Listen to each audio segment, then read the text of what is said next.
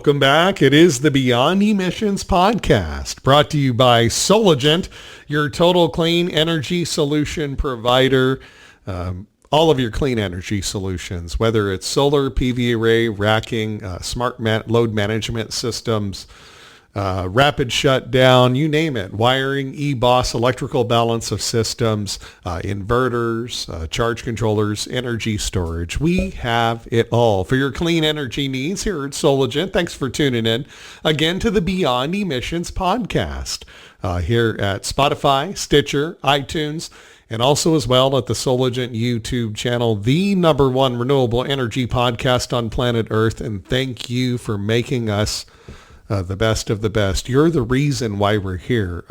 Experts from around the world coming on a continual learning opportunity. I mean, even myself, I'm learning more every single week from the folks that we have on this program.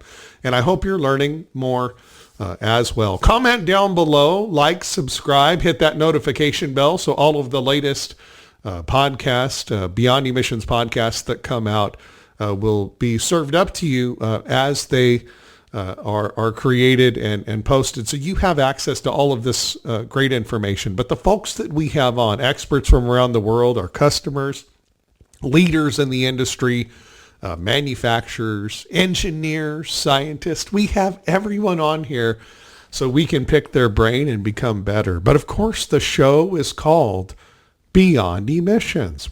That's no pie in the sky. We're not pretending that emissions is just going to 100% disappear. We're not trying to get rid of all carbon. That's what photosynthesis, does. It takes carbon dioxide and converts it to glucose and energy, and then exhales oxygen back into our atmosphere. It's part of our natural cycle of the environment, but we are not living in a natural version. For years, we've been taking millions and millions of barrels of fossil fuels, oil, energy that was trapped, carbon that was trapped down in the earth.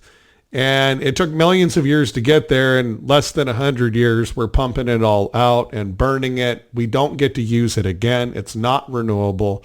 Whereas renewable energy, it's in the name. The sun comes up, charge, discharge the batteries, and voila, you've got a renewable energy source. And you create that balance back again. We're lacking balance in our environment. And so beyond emissions, though, creating that emissions-free future, really our namesake, our brand here at Soligent, your total clean energy solution provider. It's all about clean energy.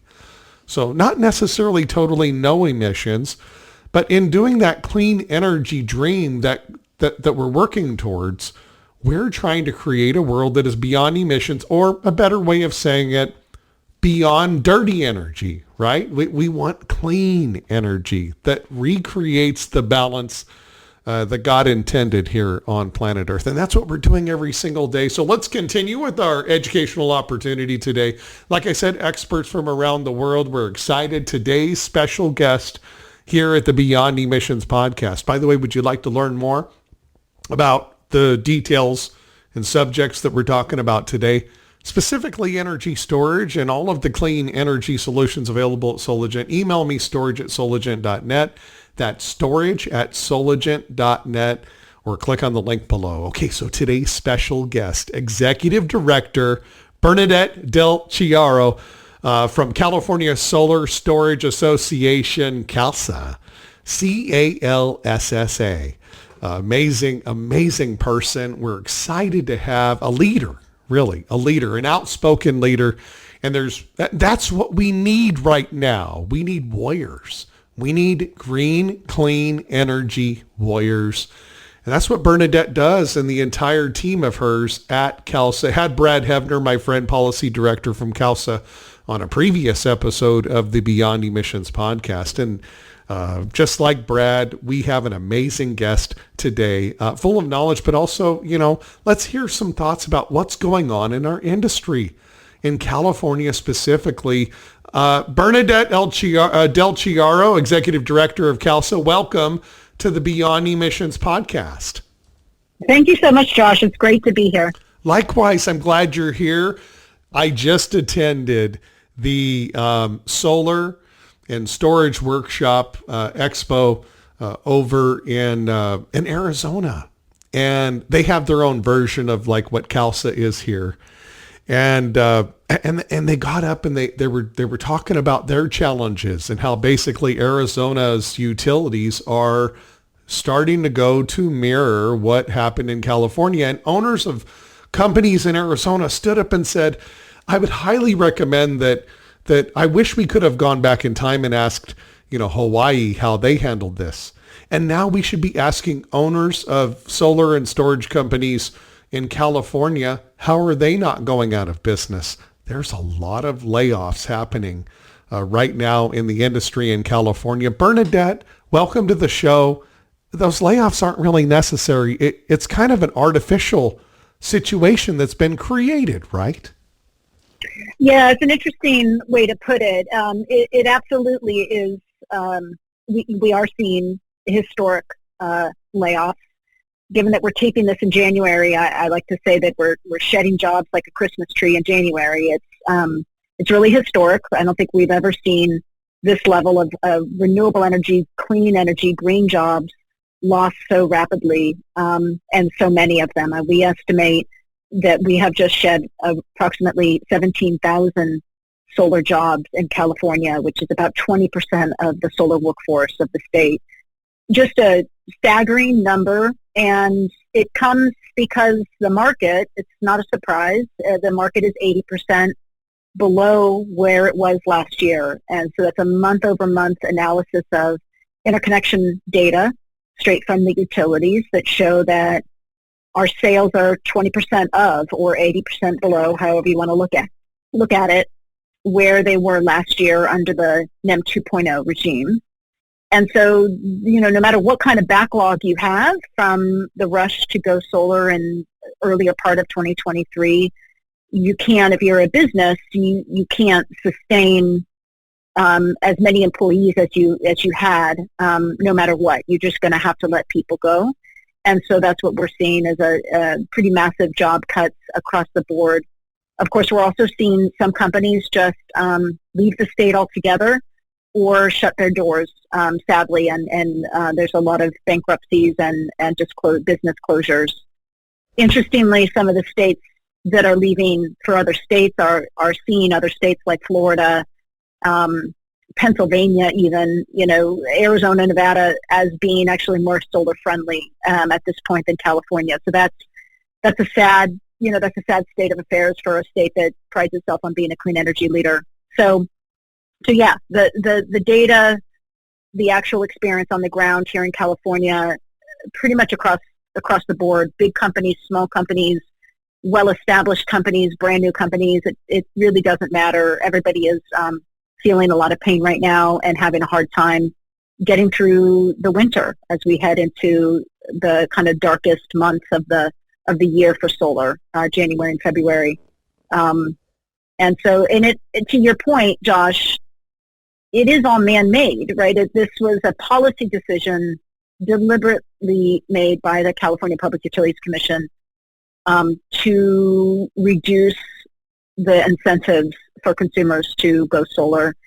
And interestingly, and we can dive into this further, the decision also made batteries less viable, right? There's still value there. We can get into that, but it's just on the face of it, NEM 3.0, if you want to call it that, compared to NEM 2.0, it's not as good of a deal for batteries as well as for standalone solar. So right. The market is just tanking. Their excuse, the CPUC, their excuse is, no, we're getting destroyed with all that excess energy, the duck curve, all that excess PVA produced energy that's just, getting put on the grid, and we need storage. And so storage is the solution. But what you just said kind of goes up against that statement they're making, because their policy itself, if I'm hearing you correctly, actually makes storage less advantageous than it otherwise would be. So they claim that this is actually the pro-storage policy that we should all be looking towards to solve the big problem. But in all reality, are they the victims as much as they claim? I mean... Yeah, I mean, I think there's so much to unpack there, but let's just talk about storage right out of the gate. A lot of companies and a lot of people are talking about higher attachment rates. So that's a term that we use to measure of all the solar systems being installed today, how many are being installed with a battery attached to them. Last year in 2022, we had an attachment rate of around 15% in California. So if a company installed 100 systems a month, let's just say to keep the math easy, they were on average installing 15 batteries and 85 standalone solar systems. Today, what we're seeing is an 80% decline in total sales. And so that same company in my example is installing 20 systems, of which a higher percentage have a battery, but you have to get up to 90%, almost 100% to be higher than what it was last year. Either way, you're down in the 15 to 20 battery systems are being built a month. That's not a huge growth in energy storage. It's essentially the same type of customer who was wanting and willing to go solar with a battery, spend the extra money that it takes to add a battery to your solar system. Those same customers are still out there, but they're a small percentage of our market. It really reminds me when I first got started advocating for distributed generation or rooftop solar back in 2002, our market was itty bitty small, very, very small number of people going solar every year. And they were basically, the market was people with disposable income who were either kind of eco warriors or they were techno enthusiasts, preppers or the like. They were not really kind of mainstream. And our whole vision of the Million Solar Roofs initiative that, of course, Governor Schwarzenegger championed and then Governor Brown helped to see through to fruition, the whole idea was to take that market, that niche, market that we had in early 2000s, and to turn it into something mainstream, to bring the price of these technologies down through growth and demand, and to give average, everyday, middle-class, working-class families a home improvement project that's good for the planet and good for their pocketbooks. And that system, that initiative worked beautifully. And out of that came thousands of businesses, tens of thousands of green jobs. I mean, talk about clean energy warrior.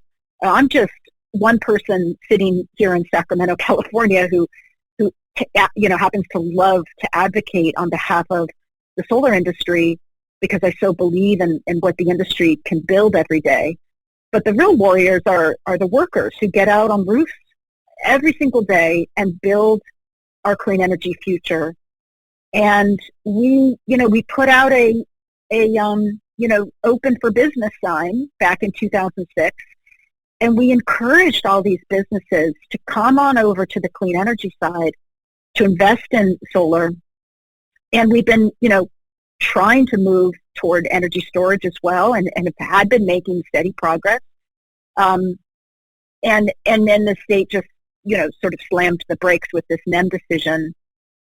And it's all being sort of packaged up as a positive transition to a solar plus storage future. But of course, we're not seeing that, and it's going to take a long time. And anybody who is serious about this market and this industry and knows what they're talking about will tell you it's going to take us many years for the battery market to grow to the level that the solar market was at. It's just going to take us years, 4 years, 5 years. It's, a lot of people can guess on that, but it's not going to be overnight. And the whole problem with this NEM decision was in the rapidness, the short timeline at which they rolled out the changes, and that nowhere close to giving the industry and consumers time to adapt to this solar plus storage future. So the net result is massive job loss of companies, loss of, know-how, and kind of a consumer base that now has been sort of shaken. Their confidence has been shaken, and we've sort of retreated back to, I'm afraid, a consumer base that is a small fraction of the state, and we need to rebuild. And we can talk about how to do that, but as as we just sit here where we are right now, we have really retreated and gone backwards in California. And it's kind of a dark day. It's not, there's no way to kind of sugarcoat it. How does, by the way, folks, Executive Director, CALSSA, California Solar Storage Association, Bernadette Del Chiaro, a friend of the show and Soligent here on the program today. Thank you so much for shining a light on this, Bernadette. Interest rates versus policy. Obviously, we just talked a lot about policy and how NEM 3 made a big, huge dent in the employment and just economic activity going on in this state. In the solar industry, it's not been a good thing. You just described, you did great rundown there. Obviously, policy had a lot to do with it, but how much of the share of blame also goes to the market from the financing market, the interest rates being so high? Is that also a part of it? If you were to kind of give a percentage of blame, policy versus interest rates, because I know they're kind of hand in hand. What are your thoughts? Yeah, I mean, the NEM decision hitting California at the exact same time that interest rates were going through the roof, it was really, really bad, doubly bad timing. We estimate that about 10% of our losses are due to high interest rates. All you have to do is look at the rest of the country right now. The rest of the country are not shedding the number of jobs that we are shedding here in California, nowhere close to it. So the interest rates are hurting the economy, right? It's hurting business. It's hurting consumers across the board. It's probably about 10% of California's loss. 90% of what we're experiencing here is homegrown, California policy driven. And there's just, there's no way to sort of shy away from the impact that this net metering decision has had on the market. Is there any way to litigate it at all outside of this process that seems to be controlled by players like the utilities, investor-backed utilities, lobbyists, the CPUC that seem to be kind of bought and paid for some of the members? Is there any way to litigate this outside of this process, say in civil court, for damages for businesses lost, revenue lost, caused by this policy, or are they insulated by the laws and the rules and regulations they've created to protect themselves from such litigation in a civil case like that? Maybe class action or something like that. Yeah. No, I mean, because if you think about it, net metering is an option. You could go solar. Any person in California could add solar panels to their roof and not tie it into the grid or not take advantage of net metering. And there's no sort of takings or, you're opting for this program that is an incentive program. Some people cringe at the word subsidy, so I won't use that word here, but incentive. What do we do to incentivize consumers to adopt clean energy? That's the whole idea of any number of policies are incentives or mandates, right? And net metering is an incentive. It tries to incent consumers to invest their own money or at least volunteer their roof for a solar system. And if you opt for that incentive and it's not as good of an incentive, so fewer people opt for it, there's not really a civil case to be made there. It's not a takings or anything like that. It would have been different if the commission had made retroactive changes to the 2 million or so customers that have solar today before the net metering changes of this year. That was something we fought very hard against to prevent the CPUC from making retroactive changes and taking away and clawing back essentially savings that people were pretty much promised by the state of California. And they wanted to do that? They wanted to do, like, you were the dam that kept the water from flooding the town, basically. Like despite the fact that NEM 3 got through, it could have been worse. Rooftop solar tax, and they wanted to do that retroactively. That was actually their desire at the CPUC. Absolutely. It was actually proposed in a draft decision in 2021, along with a solar tax that was around $50 a month. For every new solar system installed, there was going to be a monthly tax that you would have to pay on top of, your regular utility bill. And that was going to be based on the fact that you had solar on your roof. We were going to tax every solar panel in California and put that money in the pocket of PG&E. That was in the original NEM 3.0 proposed decision in December of 2021. We took to the streets in January of 2022 and fought that bad policy. And, out of that long fought, year-long fight in 2022 came the final decision that was voted out in December of 2022. It didn't have retroactive changes. It didn't have the solar tax, but it did have still the extremely steep 80% decline in overnight in the value of solar exports. And that's what we're reeling from today. If the solar industry and consumers and over 600 environmental and community and faith and consumer and environmental justice, you name it, over 600 organizations joined us in this fight to save rooftop solar. If that fight didn't happen, if people didn't take to the streets by the thousands in these historic marches in downtown LA and in San Francisco, this decision that hit California's market this year or in 2023 would have been way worse. There's just no question about it. We did make it better, but it's a little hard to, I think we should acknowledge that, because otherwise people might get really burnt out, of like, why do we even bother to engage in these political processes if, we get such bad outcomes. I think it's important for people to recognize where we could be right now, which is a completely dead market and no future to look forward to at all. Right.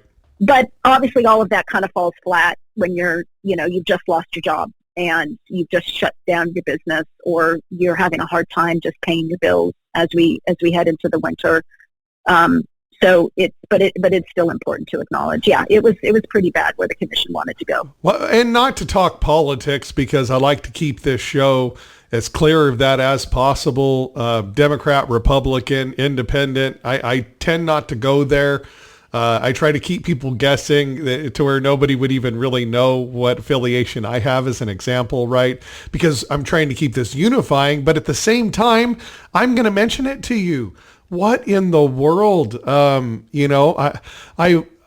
Politics aside, I've always thought that California was the green energy state, the clean energy state, solar storage.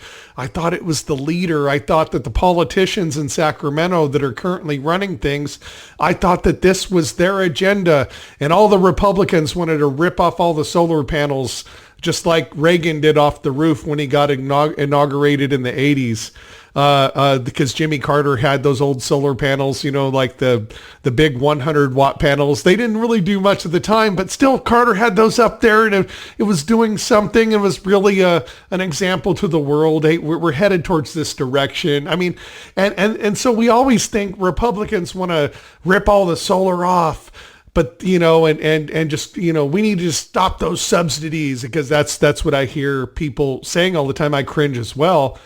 And it's always the Democrats that tend to be on the side of like solar, storage, clean energy. At least that's what's being said.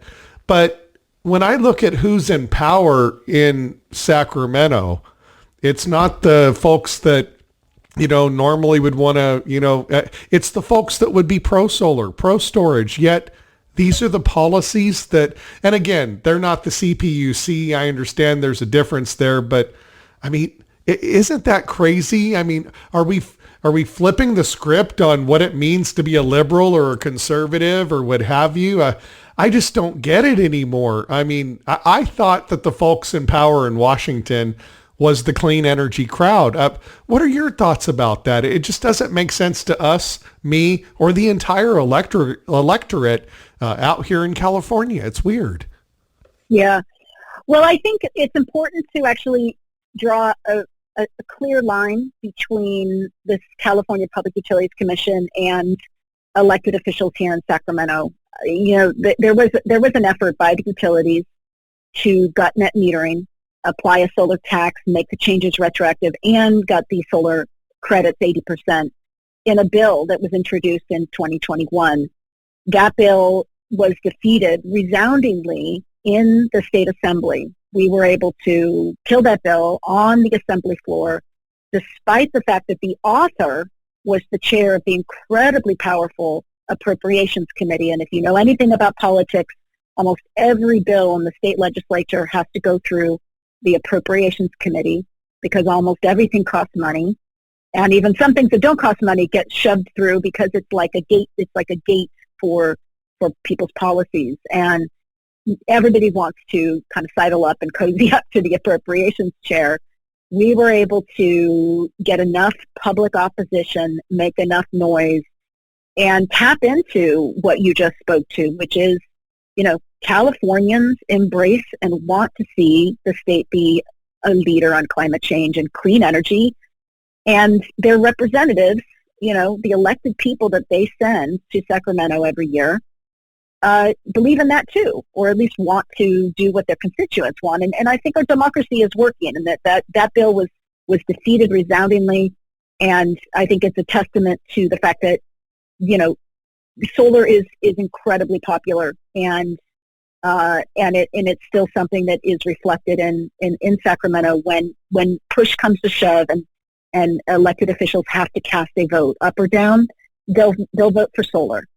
But unfortunately, this whole decision was over at a state agency that has constitutional authority over rates, over utility rates, and net metering is a rate structure. So they're really insulated from real world politics, and there is just they're a captured regulator. There really is no way to put that more delicately. They are a captured regulatory agency that essentially just can't tell the utilities that they regulate what to do.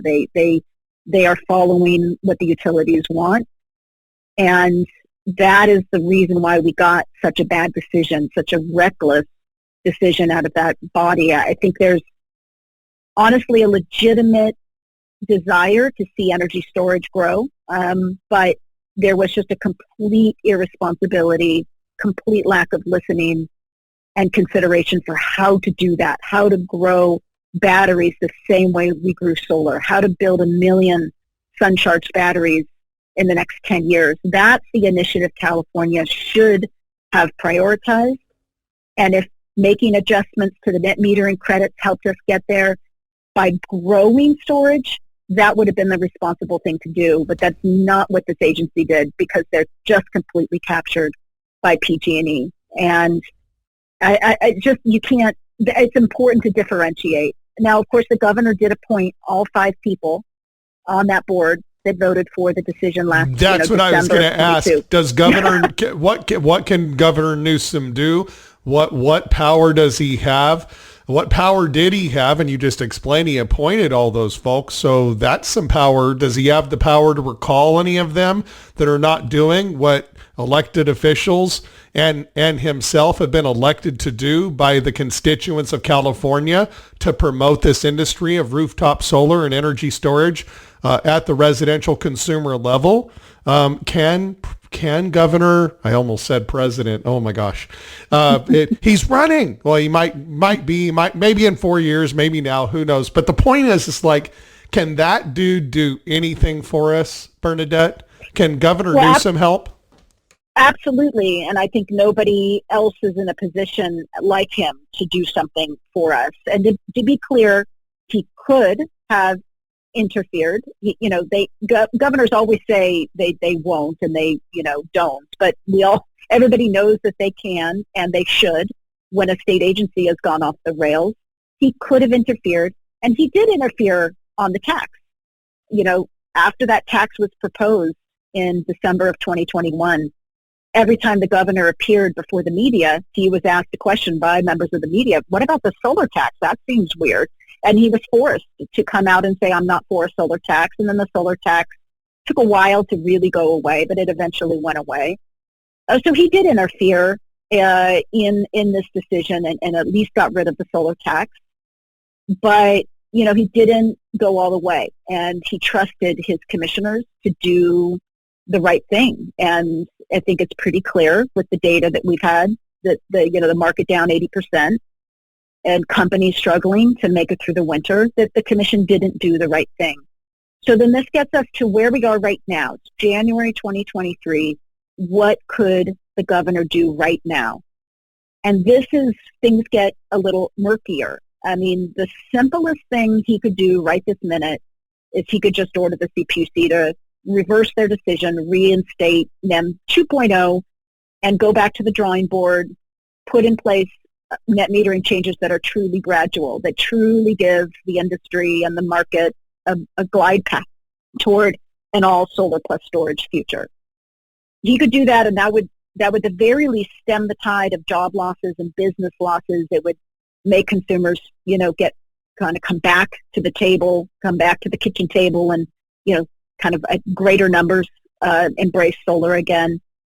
But it would, that would be a very difficult thing for him to do, but he could do it.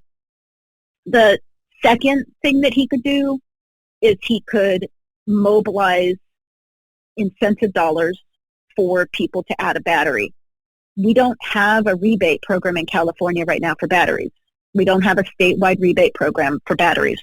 The Public Utilities Commission, in their NEM 3 decision, promised $900 million in incentives for both low income as well as mainstream consumers. The governor, in his budget last year, only allocated $280 million of that money, and it's earmarked only for low income, and it has yet to be mobilized. The Energy Commission, the Public Utilities Commission rather, has been sitting on that money for over 6 months now and have yet to actually make it available to low income consumers, even though we're 9 months into this NEM 3.0. Well, that's part of it. That's part of it, that it hasn't been made available. But there's also this fantasy land that regulators, have in their mind when they're putting all this together. This fantasy world where, we want to make sure that poor people can partake in it too, and low income, and people over here in this little district where there's fires, and theoretically in this magical, fantasy land, that's all possible and on paper, but in all reality it doesn't work that way. Someone who's making $20,000 a year is not going to participate in that and go get the money, even if it's free. There's so many hoops of fire, like with SGIP, Self-Generation Incentive Program. Talk to installers. It's impossible to navigate it, so I don't even participate. So it's not just releasing the funds, but making it easier for all Californians to access them. This idea that we need to bifurcate between, low income versus not low income.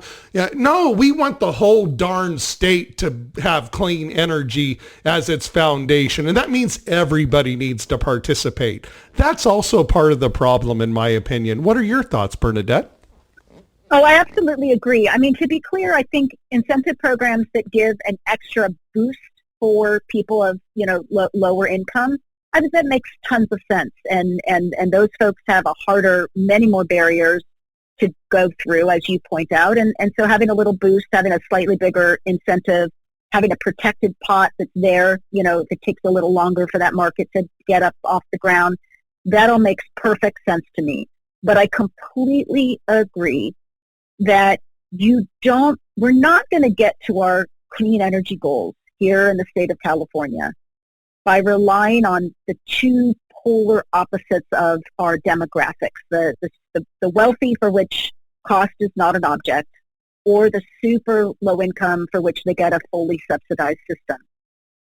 Creating a technology, trying to deploy technology dependent on those two sort of polar opposite sides of the economic spectrum is a recipe for failure.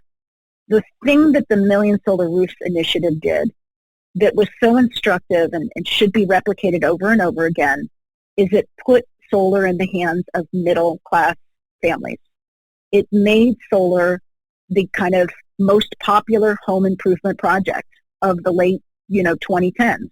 And that is what we need to make solar energy, clean energy, fossil fuel-free energy mainstream in America.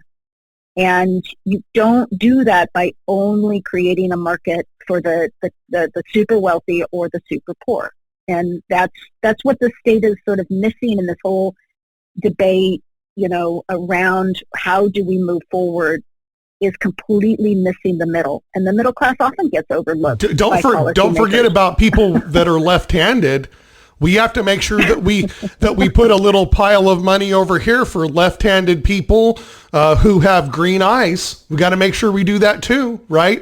No. How about we have something simple, easy, a one-pager. I don't need to go into an Excel program to figure out and type in a formula so I can know exactly what to do. How about X amount of storage, kilowatt hours of storage, and X amount of PV array for any citizen? And, fill out this little form, and then we'll send you a check or a rebate or what have you. And it's got to be made easier if we want mass adoption. Bernadette Del Chiaro, Executive Director of CALSSA, California Solar Storage Association. Thank you so much for being here and being such an amazing advocate along with all of our members. Soligent is a member at CALSSA. Folks, I want to let you know, get over to CALSSA's website, calssa.org/join and become a member today. As a member, I have seen all of the different news flashes kind of on a weekly basis that you guys put out to all of your members. Big advantage to join CALSSA if you're in this business, if you're in this industry and you want to move forward and succeed. It's not too late. CALSSA is making a difference even in this tumultuous time, right? Joining CALSSA is a huge advantage to any business, despite the climate that we're in right now. Still a huge advantage because, again, if you guys weren't fighting in Sacramento, it could even be worse than it is, right? So tell our listeners, again, go there today, calssa.org/join. I highly recommend you join Soligent and hundreds of awesome California solar and storage businesses at CALSSA. It is an amazing organization. Talk a little bit about that to our listeners. Advantages that they get by joining CALSSA. I experience it all the time, but talk to them about that, Bernadette. Sure, Josh. Thank you so much for that. And thanks to Soligent, great members, been a member for a very long time, excellent company. And like I said at the beginning, we're proud, all of us here at CALSSA. There are 7 of us right now, and we're about to bring on some new folks. So we're a small team, but we're all proud to represent Soligent and all of our members in San Francisco at the PUC and in Sacramento at the legislature. But we do, so obviously we do policy advocacy to defend against attacks and to also promote policies that move us forward and move us in the right direction. In addition to that, though, there's also value in having access to our assistance and our resources as it relates to, interconnection problems or permitting problems with local HOAs, homeowner associations. There's a lot of things that pop up that we as the trade association have some knowledge or expertise or assistance that we help our members get through sticky projects. We also, are just a good resource for all the different rules that govern and impact California businesses.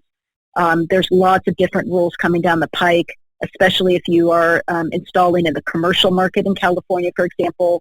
There's a lot of new rules that are going to make things a lot more difficult. It's really important for businesses to be in the know and to stay up to date with the latest, and we provide that resource for our members.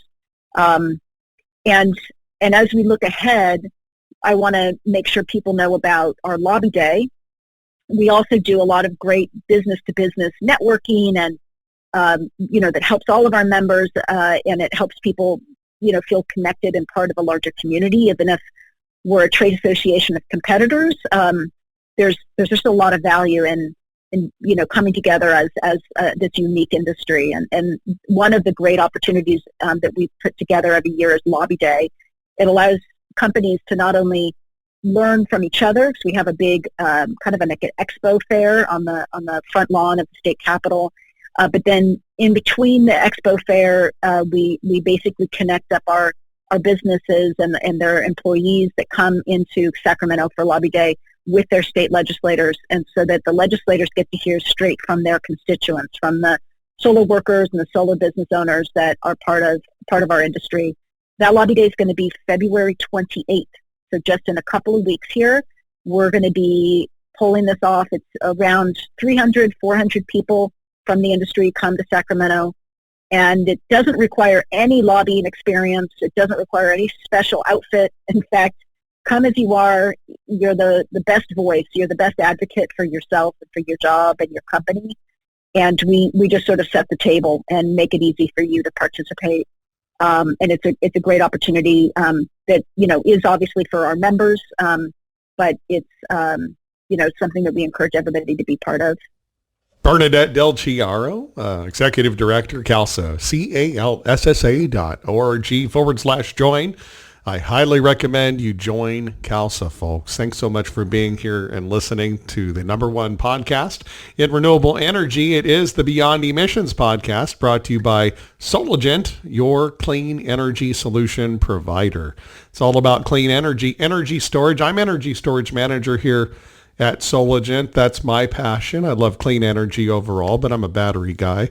And like you mentioned earlier in the show today, Bernadette, it's not as good of an environment with storage as it could have been because of what happened with NEM 3 and how things were set up, and a little bit too hard to access in a sense, some of the benefits. But all the benefits of storage have not receded, and there are some great benefits to energy storage right now, even in the current environment. Most folks don't realize that standalone storage without solar, we want solar, right? We love solar, but standalone storage, because a lot of people can't have solar, but they still have electric bills.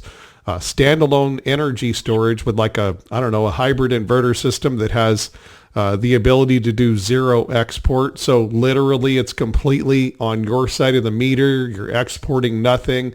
You're just charging up the battery from the grid or solar, but from the grid, say overnight hours or whenever the rates are cheapest, daytime when there's a glut with that duck curve, whenever the rates are cheapest, you can program to charge it back up and then discharge to your loads, not to the grid, zero export, standalone storage, but to your loads at night when rates are higher. So most people don't realize standalone storage is an option, and most people don't realize that it also qualifies for the 30% federal tax credit.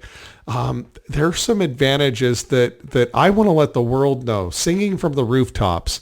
Echo me, if you don't mind, on some of the advantages of storage that you're seeing as Executive Director of CALSSA right now in our current situation. Yeah, no, I think you make a really good point, two really good points. One is storage is absolutely our future, and we're very bullish. We're very bullish about the future of solar and storage in a distributed fashion. We think it's indispensable, and it is just too good of an idea to really permanently keep down. We will rebound. And you're right, there is still value for solar and storage and storage by itself. There's still value there. And a lot of consumers, as these rates continue to go up, as this latest rate increase hits people's monthly bills in February, they're hopefully going to kind of wake back up and realize they need some alternative path, and staying with the utility just as is, completely dependent, is not a good financial, solution for them and their families. And there is still value there. But I want to warn folks about another threat that's on the horizon, that as we kind of climb out of this NEM 3.0 hole that has been dug for us, and we rebuild and, re-educate consumers about the value of solar plus storage in this new environment, there really are ongoing threats to solar plus storage. And what I'm referring to here, and in fact, if I had, 1 minute with the governor, I would tell him number one thing is don't do any more harm to this industry, to this technology. Right. And the number one threat to that right now is high fixed charges. This is something the utilities are really gunning for, is to put in place extremely high fixed charges. The lowest on the table right now by the kind of pro-utility voices is 3 times the national average. It's $30 a month for every residential customer in California that isn't on the low-income CARE or FARA programs, the subsidized rate programs. That's the lowest. That's 3 times the national average. It would really, really, really cut at the value of energy storage, more so than any, than the export credit, cuts that we saw under the NEM 3.0. And that mandate's derived from actual legislation, right? Like the legislation was passed and signed by the governor that instructed that the utilities and the CPUC would need to come up with this, right? This flat rate? Well, yeah. It's interesting. In 2013, the legislature passed a law. It's actually the same law that put in motion all of the changes to net metering, that basically took net metering policy out of the hands of the legislature and put it in the hands of the CPUC. That same bill put in place a fixed charge. It capped it at $10 a month, adjusted for inflation. Today's dollars would be around $13 a month if the PUC had actually implemented that fixed charge back in like 2013 when the bill was passed. The commission didn't, and then came back last year and got the legislature to pass a new law that directs the CPUC, they must do a fixed charge, and removed any cap. And they also added in there this language about having it be income graduated. So this idea that the more money you make, the higher the fixed charge you pay, which is a popular idea in California. Should I pay more for milk if I make more at the store? Should I go, if I go to the store, should I have to pay an extra $1 for my gallon of milk versus someone else just because I, have a job? That doesn't make sense. No. And what's even worse, and I think this income graduated is like a red herring. So I'll talk about it for a few minutes, but I want to get back to the main threat. The income graduated idea is a red herring because there's no way the utilities are going to get authority to collect income information on their customers. That is just a laughable concept. It's a concept that has the Franchise Tax Board freaked out. The utilities themselves don't even really want that responsibility. So it's kind of a dead idea. The reason why I think it was floated, because it gives it this equity messaging that is so popular, that was really used, kind of equity washing, as my environmental justice coalition partners like to point out, that the NEM decision was passed on this sort of the backs of this equity washing, claiming that this is what is good for poor people, is making solar more expensive, pulling up the ladder for those who haven't yet gotten solar, right? This is not lost. The irony here is not lost on real people, but that's kind of that equity washing is sort of in play here. And it's just giving this high fixed charge this kind of feeling of, oh, this is progressive, right? That's kind of how it plays in Sacramento. But that's really not, that's going to fall away. And what I think we're going to ultimately see is a fixed charge of some small amounts for people that are on income verified subsidy programs, the CARE and FARA programs, in which, you qualify because you voluntarily offer, your income. So it's a whole different ballgame. And then you're going to see a fixed charge for everybody else. So working, middle, and upper class combined. But that is still on the table. What the utilities and their friends are pushing is an extremely high fixed charge. Like I said, about $30 a month for starters, and then it'll go nowhere but up from there. And so it is just another version of a utility tax. It's another version of a rate increase. They're just trying to kind of hide it, just the way a lot of businesses hide fees and taxes, right? Whether you're buying an airplane ticket or renting a hotel room, you name it, you get hit with those fees and taxes at the end that almost double the cost of whatever it is you're trying to buy. That's the game the utilities are trying to play here. And honestly, the legislature, it was passed as part of the budget. It never went through committee, never had a real public hearing where the legislators could really think about what they were passing. It was passed as part of the budget. It was sort of rushed through. Most legislators didn't realize what they were doing, and they certainly didn't think they were opening the door to some of these outlandishly high fixed charge proposals. So there's an effort underway by many consumer groups, and we're part of the coalition, to put a cap on that, to push a legislative bill to limit the size of that fixed charge so that we don't see the value of energy storage eroded right before, just as we're starting to take off. Right, your example of a battery that is connected to the grid and that does just rate arbitrage, that value would be greatly eroded if there was a high fixed charge, because there's nothing you can do to get out from underneath a high fixed charge if that goes through. Right.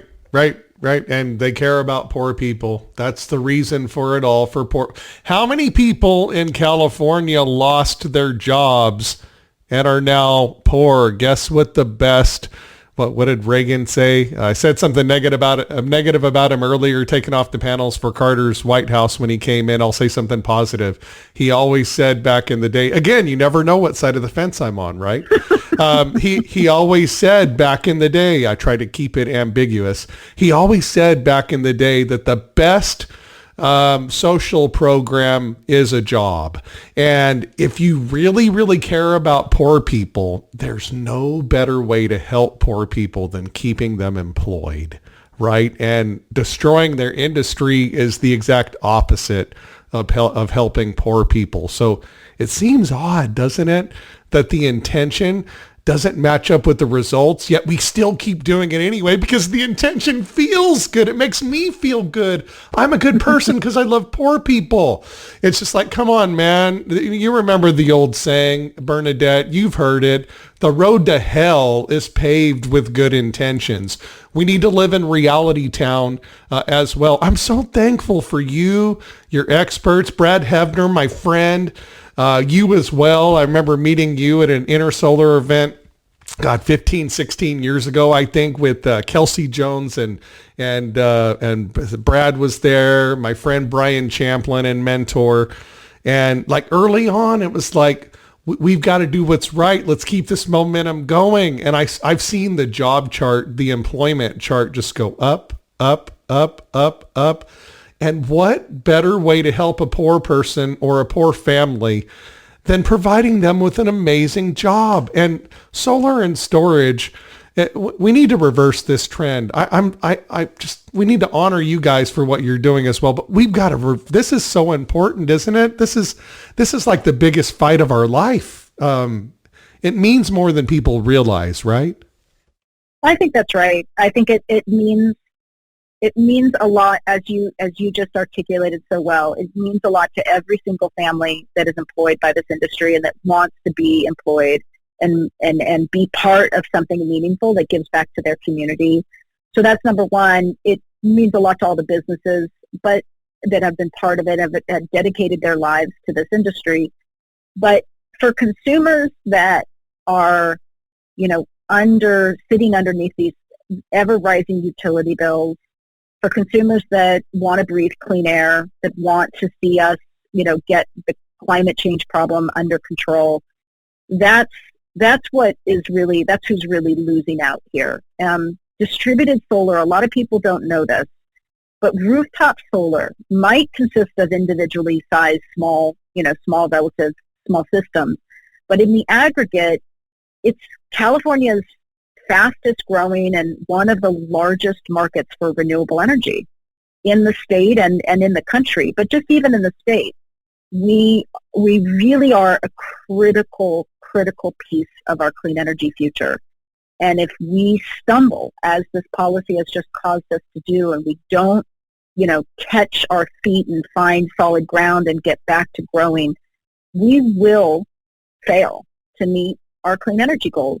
And that's the real tragedy here. That's the real tragedy of the commons, that we're kind of on the brink of that. And we're trying to sound the alarm, get legislators kind of keyed in on this, make people open their eyes and realize the backwardness of this, but also see what the potential is. And this is, again, getting back to Josh, your vision, which I wholeheartedly echo.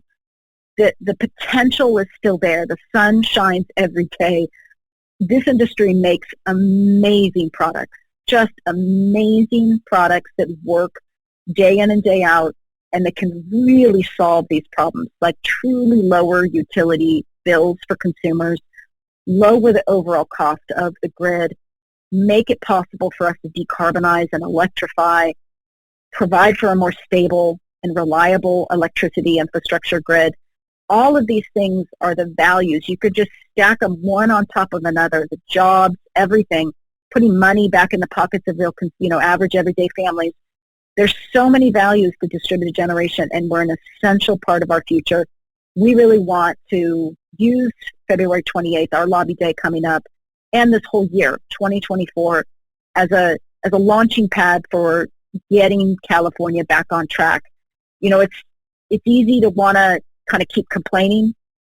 I want to be done with that. I think it's important for us to highlight what the real ramifications of this policy are, if for no other reason, so that no other state in this country follows suit.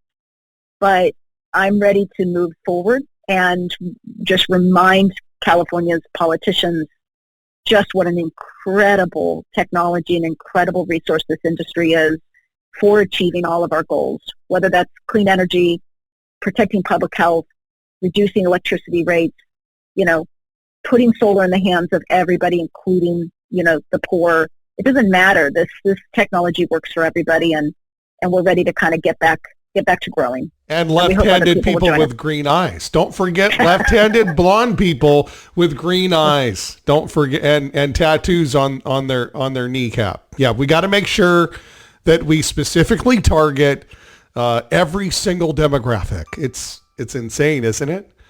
So before we end the program, we're coming at the end. I know you're super busy and you got a lot on your plate, so thanks for giving us your time today. Bernadette Del Chiaro, Executive Director at CALSSA, CALSSA, California Solar Storage Association, calssa.org/join. I highly recommend that you join CALSSA today. Join Soligent. We're there. We love CALSSA. It's a great organization, and you can play a part, if you will. Got the big day coming up in February, the lobby day, where you can participate with CALSSA. Show up. Make your voice heard. Vermont Utility plans to end outages by giving customers batteries. Green Mountain Power is asking state regulators to let it buy batteries and will install in customers' homes, saying doing so will be cheaper than putting up more power lines. Can we do something like that? Or are we lobbying for something like that? Is that even a possibility to mirror what Vermont is doing with Green Mountain Power? What are your thoughts?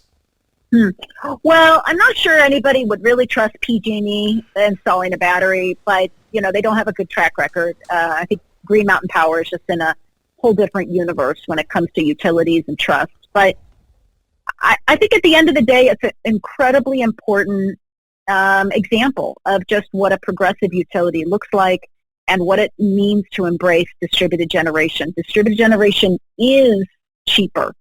It'll bring about massive cost savings for everybody, whether you have solar on your roof or not. We not only need it to get to our climate change goals, but we need it to get to our climate change goals in the lowest cost fashion. And we just need to get the conversation shifted back to remembering this, that the distributed generation is a win-win-win. It's a win for clean energy and climate change. It's a win for jobs and economic development, and it's a win for reducing the cost of electrifying California. And that's, I think, with the Green Mountain Power, sort of example. I just don't think, I think at the end of the day, our current market that is about individual people putting their own money into their own technology is probably the more efficient way to go. And if you think about it, and this is another sort of talking point we need to remind Sacramento about, is every roof is essentially a private investment in a public infrastructure. Whether or not you ever export a single electron, the fact that you're not dependent on the grid on hot summer days, that you are less dependent or not dependent at all, that is essentially a public resource, And it's an amazing one, and it's incredibly cost effective. And we just need to get that market back chugging along through, the right kinds of policies and incentives, and first and foremost, not tearing it down any further with these things like high fixed charges. Oh, man, what a great program. You're going to have to come back after Lobby Day. Let's chat, have you come back. Let's do a snapshot of where we're at, say come springtime, heading into the summer. And we're here to support you at Soligent and the Beyond Emissions podcast. Bernadette Del Chiaro, Executive Director of CALSSA. Again, join CALSSA, CALSSA.org/join. That's CALSSA.org/join. Speaking of joining, are you joining the fun at Inner Solar in San Diego, Bernadette? I will be there. Brad and I and our new membership director, Justin, will all be there. Yeah. Will you be there? Yeah, you better believe it. Folks, join Bernadette, Brad, and the Soligent crew. It's going to be a lot of fun. January 17th, 18th, and 19th, San Diego Convention Center. And don't forget to come by our booth. That's right, 1523 is the booth number for Soligent. Stop on by. We will have bracelets, what do you call them? Are they bracelets? Yeah, whatever. Bracelet, calling them a bracelet. What is it? It's a thing that goes around your wrist. That, the thing that does the deal. So bracelets, whatever you want to call wristband. That's what I'm looking for. There it is. A bracelet sounds, dudes don't want to put on a bracelet. I don't want a bracelet. Give me that wristband. Save the bracelets, Josh. So we're going to have wristbands or bracelets, whatever suits your fancy, to get into the Intersolabration party that's happening on the 17th. I want to thank our sponsors, Stores Power, Unirac, Solark, and SunGage Financial. Going to be at the Tavern and Bowl, complimentary food, drinks, bowling. Also special balls with the logos from our sponsors. So if you throw a strike with a ball that has Stores Power, Unirac, Solark, or SunGage Financial, if you throw a strike, you'll have a special price coming to you. It's going to be a blast if it's going to be anything like our Top Golf event was at RE Plus in Vegas. Oh my gosh, it's going to be amazing. So you definitely do that. Bernadette, bring your crew by and ask for Eric. And or talk to me, and I'll get you connected with Eric and get you guys some wristbands or bracelets, whatever if it suits your fancy. Like I said, Unirac, Solark, Stores, SunGage, our sponsors, and we'll make sure to get you in. You, the whole CALSSA team, Bernadette, and also, folks, you want to come too? Stop on by our booth. We're going to have a lot of fun at this Intersolabration happening on January 17th at Tavern and Bowl. So anyway, lots of fun, and you're going to be there. I can you bowl very well? I suck at bowling, Bernadette. Well, I'm better at bowling than golf. I'll give you that much. Right on, man. I'm gutter ball central. I'm like, can we do the thing I did for my kid when he was 4 and put those guardrails up? Oh, that'd be rad. Yeah. Here's what I do. I bank shot everything off the guardrail. I don't even mess with the gutter. Thanks, Bernadette. I appreciate you being here today. Bernadette Del Chiaro, Executive Director from CALSSA. Again, join CALSSA, CALSSA.org/join. Bernadette, before we let you go, any parting words or thoughts or, statements you'd like to make or direction? I know you mentioned it earlier. You've got the Lobby Day coming up in February. As we leave the program today, what are your thoughts and, for the future? I know you're very optimistic.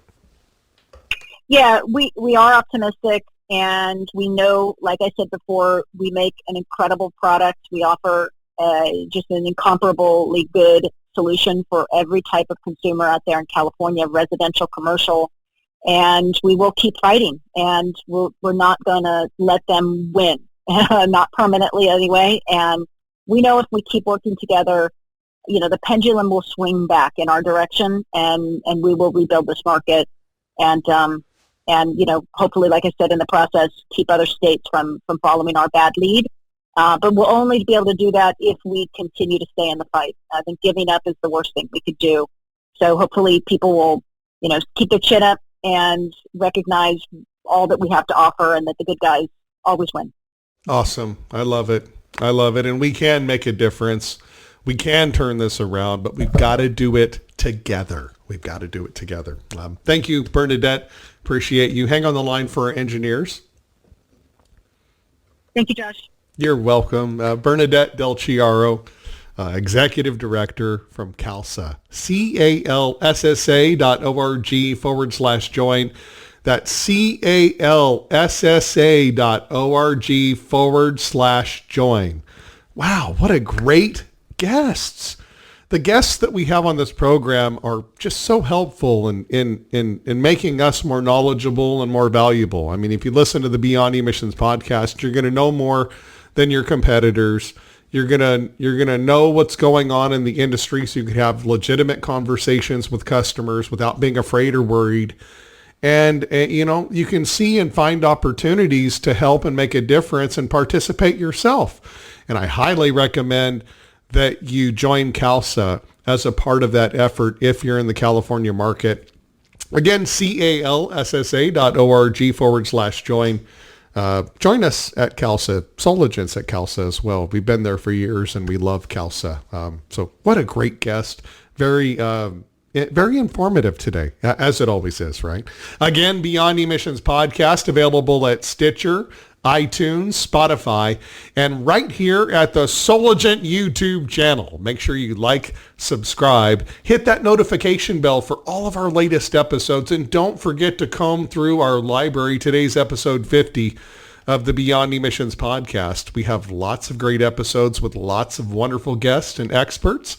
So make sure you go into our on-demand library as well. Thanks for choosing Soligent as your clean energy solution provider. Again, if you'd like to learn more, contact me anytime, storage@soligent.net. That's storage@soligent.net. I'm Josh Brum, Energy Storage Manager here at Soligent and host of the Beyond Emissions podcast, available right here at the Soligent YouTube channel. We'll see you in San Diego for the big solar-bration.